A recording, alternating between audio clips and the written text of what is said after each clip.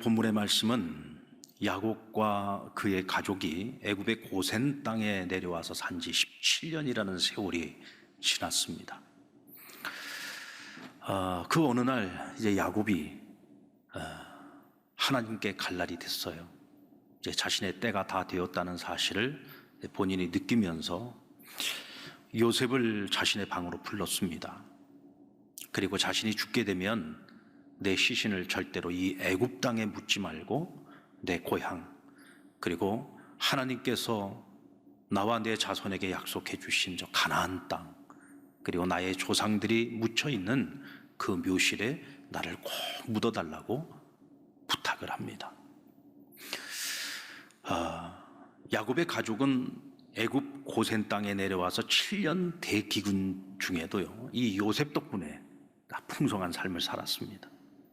또 야곱 역시도 마찬가지로 그의 인생에서 어쩌면 가장 평안한 안식의 시간을 누렸던 시간이 어쩌면 애굽에서의 17년이라고 말할 수 있을 겁니다. 자, 그런데 죽음을 앞두고 있는 이 야곱이요, 내가 이제 눈을 감으려고 해도 편안하게 눈을 감을 수가 없는, 왜? 큰 근심거리가 하나가 있었기 때문에 그렇습니다.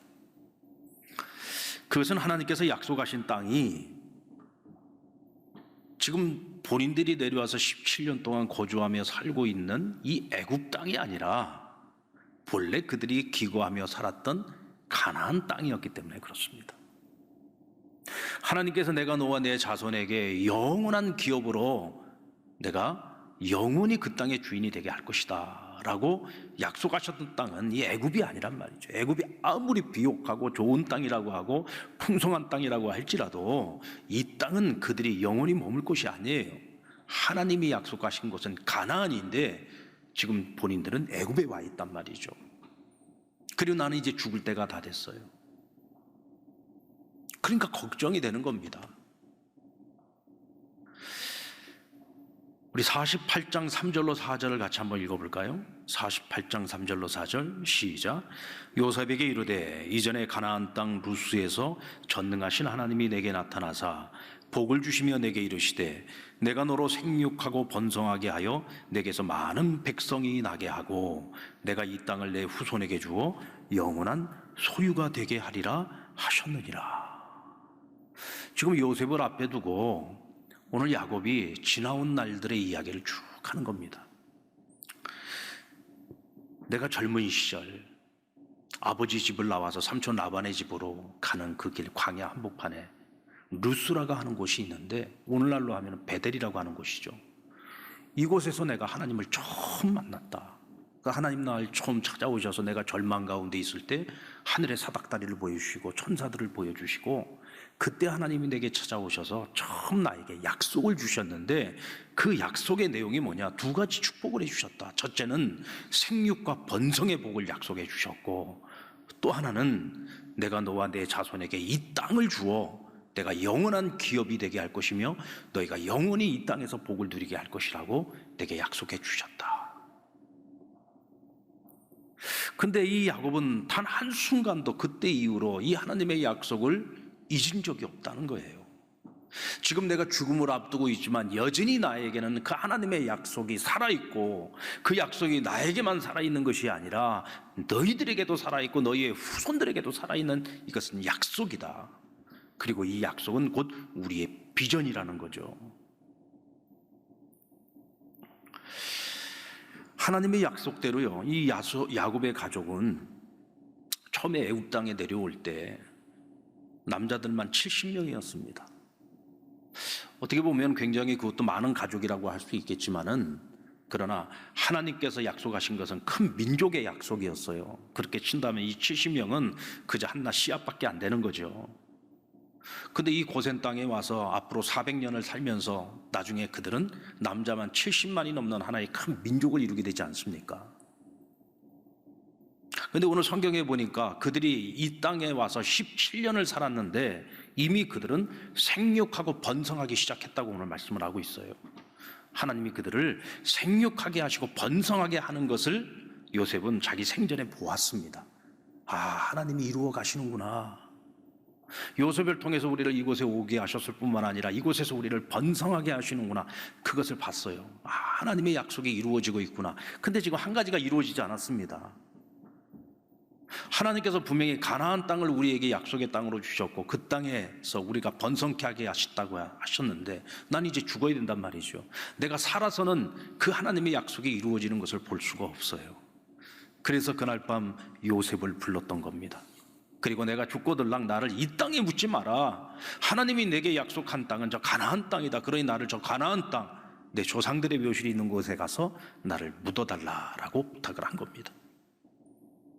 이에 요셉이 아버지의 총을 수락하고 아버지와 맹세를 하죠. 이때 비로소 야곱이 마음의 안심을 가지고 침상머리맡에서 하나님 앞에 무릎을 꿇고 경배했다고 했어요. 그것은 곧 하나님을 예배했다는 뜻이겠죠.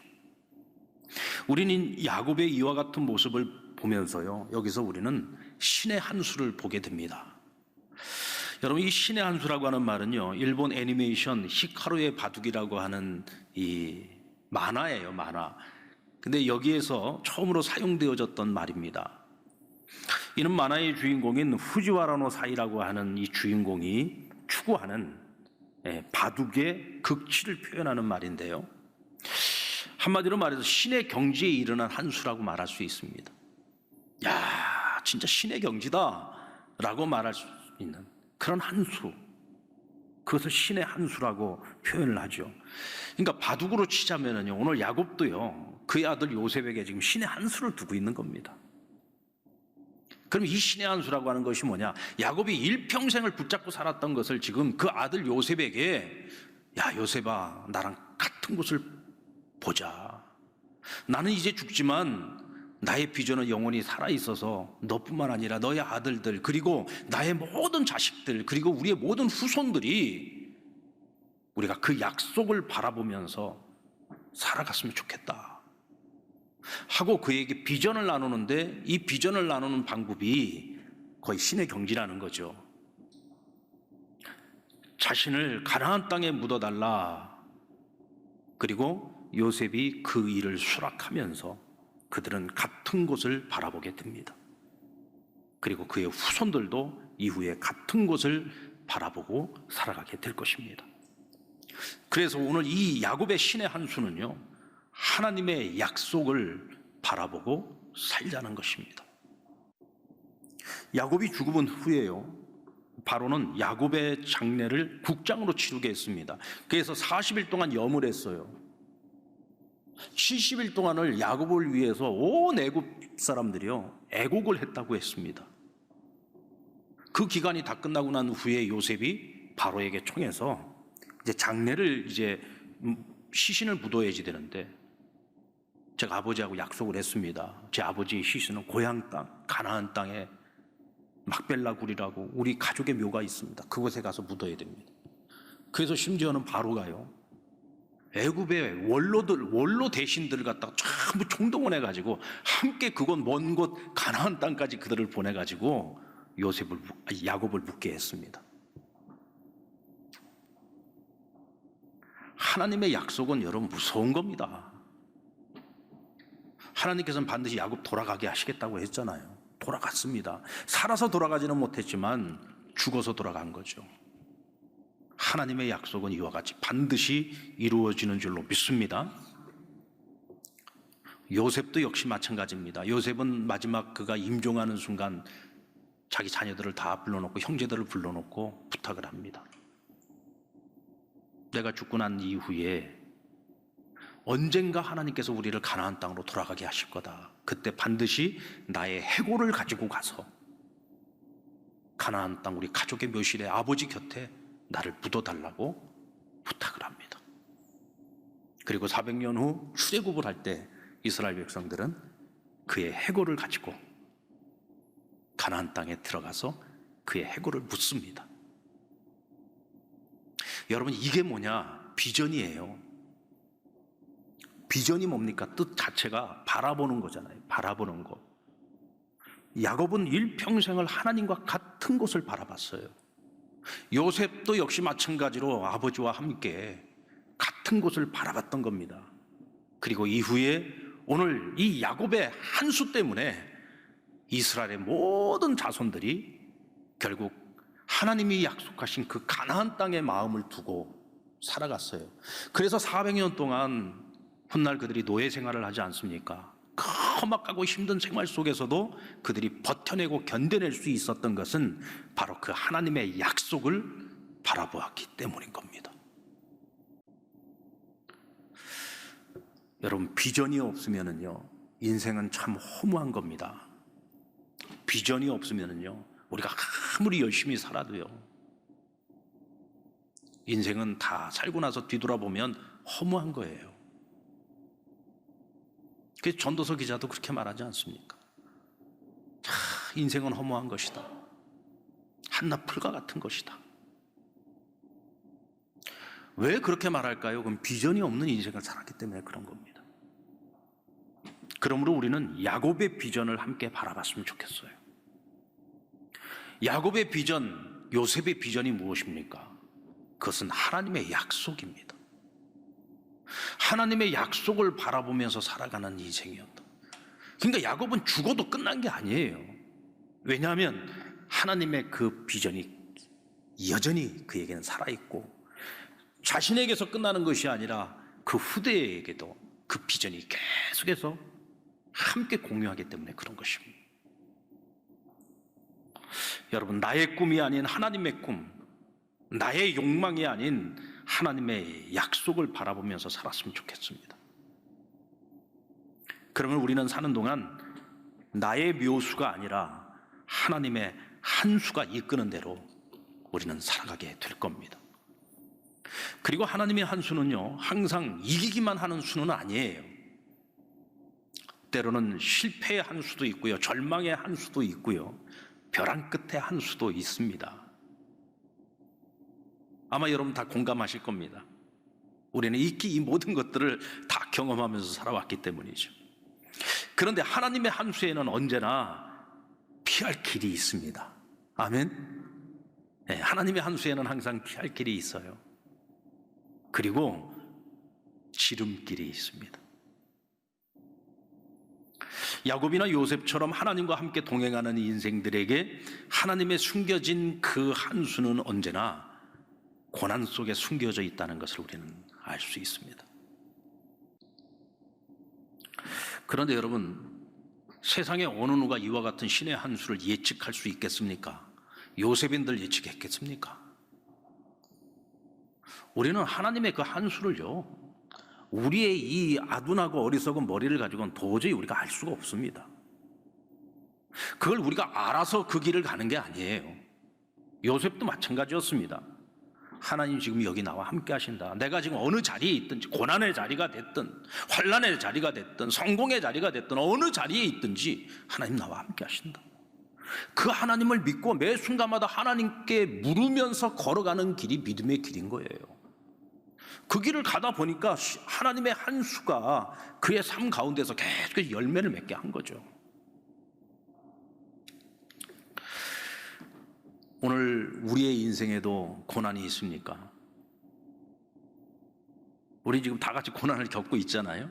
고난이 있습니다. 근데 여러분, 과연 요셉이 겪은 고난만 하겠습니까? 형제들에게 팔려가지고 애굽의 노예로 갔을 때에 그 마음 어땠겠어요? 억울하게 감옥에 갇혔을 때 그 심정이 어땠겠습니까? 술 맡은 관원의 꿈을 해몽을 해줘가지고 그가 복권되고 난 후에 금방 나갈 줄 알았는데 2년이나 기다릴 줄 누가 알았겠습니까? 그 2년 세월 감옥에서 기다리는 동안 얼마나 그 마음이 힘들었겠습니까? 우리가 아무리 힘들다고 해도요, 어쩌면 요셉이 거쳤던 이 고난의 세월과는 비교할 수 없을 거예요. 근데 여러분, 우리가 성경을 가만히 살펴보면서 전 그런 생각이 들더라고요. 요셉이 겪었던 그 고난은요, 그가 20대에 겪은 고난이었습니다. 그래도 우리는 요셉보다 훨씬 더 오랜 세월을 살아왔고, 우리는 요셉보다 어쩌면 훨씬 더 성숙한 사람들인지 몰라요. 그런데 20대의 요셉도 그것을 감당하고 이겨내고 하나님의 한 수 속에서 결과를 얻었다면 우리는 그보다 더 잘할 수 있지 않겠는가라는 생각이 들었습니다.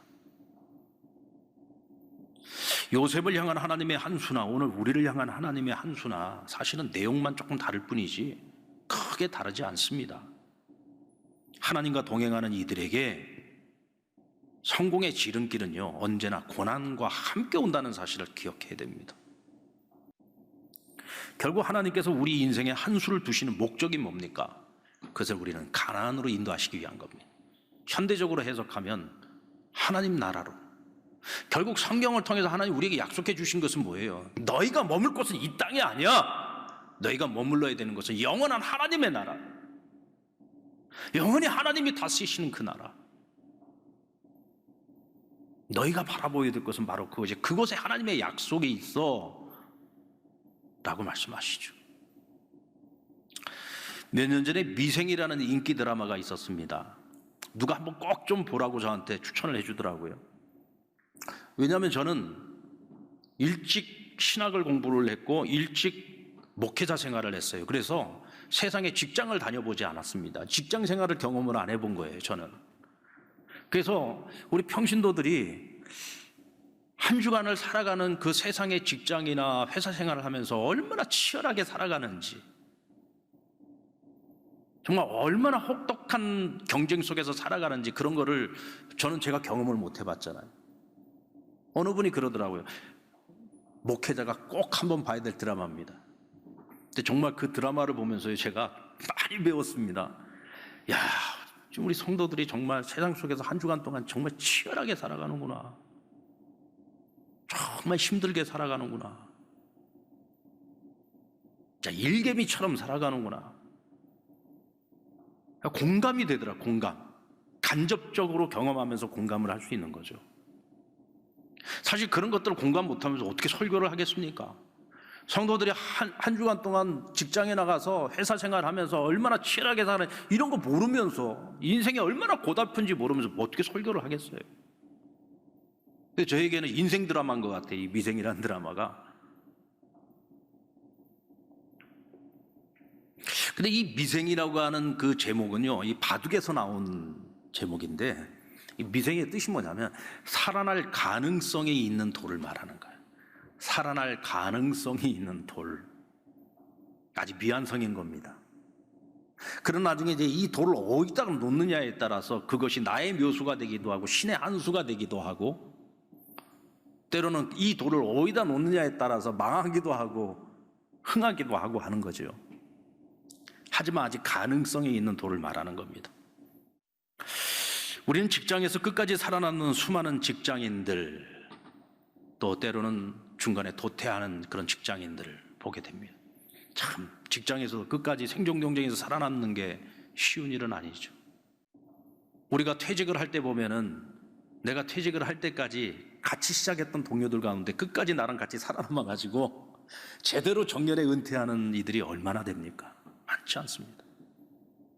끝까지 살아남는 것도 정말 쉽지 않은 일이죠. 얼마나 치열하게 살았으면 그걸 끝까지 살아냅니까? 정말 존경스러운 겁니다. 그런데 결국은 모든 과정을 다 끝내고 난 후에 뒤를 돌아보니까 수없이 많은 생존 경쟁에서 내가 살아남아 이렇게 명예로운 퇴직을 하지만, 퇴직하는 순간에 뒤돌아보니 결국은 나도 그 바둑판에 하나의 돌에 불과했다는 것을 깨닫게 되죠. 그렇게 많은 성공도 거뒀고 실패도 있었지만 결국은 나도 그 한판에 하나의 돌에 불과했구나. 그리고서 뒤돌아보니까 그 황금 같은 시간들, 일하느라고 보내었던 그 수많은 시간들, 애들 크는 것도 제대로 보지 못한 채 그 시간들은 다 뒤로 하고, 이제 내게 남은 것은 내가 서야 할 곳, 가야 할 곳, 일할 곳도 없는 이제 인생의 황혼기를 맞게 되는 겁니다. 야, 그게 인생이야. 많은 분들이 그렇게 말하잖아요. 야, 그게 인생이야. 뭐 사는 게 별거 없어. 그게 인생이지 뭐. 어쩌면 거기에 우리가 맞장구를 칠 수 있을 거예요. 맞아. 에이, 그게 인생이지 뭐. 근데 여러분, 그렇게 우리 인생을 마감한다고 하면 너무 허무하지 않습니까? 우리가 이렇게 허무하게 우리의 인생을 끝내지 않으려면요, 우리에게 한 수가 필요해요. 그 한 수는 바로 하나님의 한 수죠. 우리가 그 하나님의 한 수 가운데서 살아가지 않는 한 결국 우리 인생 허무할 수밖에 없는 거예요. 근데 우리가 하나님의 한 수 가운데에서 살아가면은요, 우리 절대로 이렇게 허무하게 끝내지 않습니다. 하나님께서 반드시 많은 것들을 우리에게 남겨주십니다. 저는 요셉 이야기에서 요셉이 깨달은 이 신의 한 수가 우리를 살릴 수 있다고 저는 생각을 합니다. 요셉이 깨달았던 신의 한 수가 뭡니까? 내가 애굽에 오게 된 것은 형님들이 한 것이 아닙니다. 이것은 하나님께서 하신 것입니다. 내가 여기 있는 이유가 무엇입니까? 그것은 오직 하나님 때문입니다 라고 고백하고 있는 거예요. 내가 여기 있는 이유, 우리가 그걸 알고 살아야 돼요. 오늘 그리스도인들은요, 언제나 내가 지금 이 자리에 있는 이유, 내가 지금 이 상랑 교회에 있는 이유, 내가 지금 그 직장에 있는 이유, 내가 그 가정에 있는 이유, 내가 지금 누구 곁에 있을 때에 내가 그 사람 곁에 있는 이유, 그걸 분명히 알고 살아야 됩니다. 그 모든 과정 속에 하나님의 섭리가 있었다는 사실을 알아야 되고, 하나님이 나를 그 자리에 있게 하셨을 때에는 분명한 목적이 있다는 거죠. 그걸 알아야 돼요. 그게 뭐냐? 비전이에요. 그 속에서 하나님의 약속이 있는 거예요. 우리가 무슨 일을 하면서 살아가든지 그거를 깨닫고 그것을 위해서 살아갈 때 그것이 사명인 것이고, 사명을 위해서 우리가 인생을 살아갈 때 뒤돌아보며 허무한 것이 아니라 만족할 만한 인생을 살았다고 말할 수 있는 겁니다. 우리는 지금 이 세상에서 아직 미생으로 살고 있습니다. 아직 완성되지 않은 돌입니다. 끝나지 않았습니다. 그러나 내가 어디에 놓이느냐에 따라서 나의 묘수가 되기도 하고 신의 한 수가 될 수도 있을 겁니다. 저와 여러분은 야곱처럼 요셉처럼 하나님의 약속의 비전을 두고 하나님의 한 수로 쓰임받는 돌들이 되었으면 좋겠습니다. 저희 교회가 이번에 60개 교회에 특별지원금을 전달을 했습니다. 한 교회당 우리가 50만 원씩 해서 한 3천만 원 규모에서 어려운 교회들 같이 나눴는데, 설교 시간에 한번 그 얘기를 했는데 우리 성도들이요, 정말 지금 다들 어렵고 힘들지 않습니까? 힘들고 어려운 가운데에서도 또 어떤 분들은 결혼 40주년 기념일을 이번에 이제 금년에 맞이했는데 11월 달에 여행 가려고 준비해 놨던 여행 자금을 이번에 또 다 헌금을 해주시고, 많은 분들이 헌금을 해주셨어요. 그래서 저희가 지금 60개 교회를 했는데 또 어려운 교회들이 뭐 얼마나 많겠습니까? 그래서 하여튼 하나님께서 우리에게 보여주시고 또 우리를 하여금 알게 하신 그런 교회들이 있으면, 또 우리 교회 내에서도 지금 어려운 교우들 좀 우리가 찾아서 같이 좀 나누려고 또 지금 이제 열심히 찾고 있고 또 계획을 갖고 있습니다. 우리가 가진 것이 많아서 나누는 것은 아닙니다. 우리도 금년 들어 코로나 사태가 오고 난 이후에 지금 우리 상랑교회 재정도 지금 굉장히 어려운 가운데 있습니다. 헌금도 많이 줄었고요. 그런데 그래도 우리는 아직은 살 수 있습니다. 그런데 지금 살 수 없어 죽어가는 교회들이 너무 많습니다. 그래도 우리가 조금이라도 살 여력이 있어서 힘든 교회들과 조금이라도 같이 나누려고 하는데, 우리 성도들이 다 같은 마음, 우리 당회원들이 다 같은 마음, 성도들이 다 같은 마음이, 그리고 그 일을 정말 기쁘게 여기면서 함께 그와 같은 일에 동참을 하고 있습니다. 저는 이런 모습들이요, 꼭 물질을 나누는 것뿐만 아니라 정말 다양한 모습으로 이렇게 함께 우리가 하나님의 나라를 이루어가는 이런 모습들은 우리가 미생에서 하나님의 한 수로 거듭나려고 하는 우리의 모습이 아닐까라는 생각을 해봤습니다. 뭔가 좀 더 가치 있게 살고 싶고요, 좀 더 의미 있게 살고 싶고요, 좀 더 만족할 만한 그런 인생을 살아가고 싶은 마음, 그런 마음들이 아닐까라는 생각을 해봤습니다. 저는 이런 동료들과 우리가 되어서 함께 그리고 오래도록 하나님과 함께 그 길을 걸어갈 수 있다면 저는 우리 상량교회 살아가는 모든 성도들이 미생에서 신의 한 수로 거듭나게 될 줄로 믿습니다. 꼭 그렇게 되기를 바랍니다. 하나님께서 그렇게 만드실 겁니다.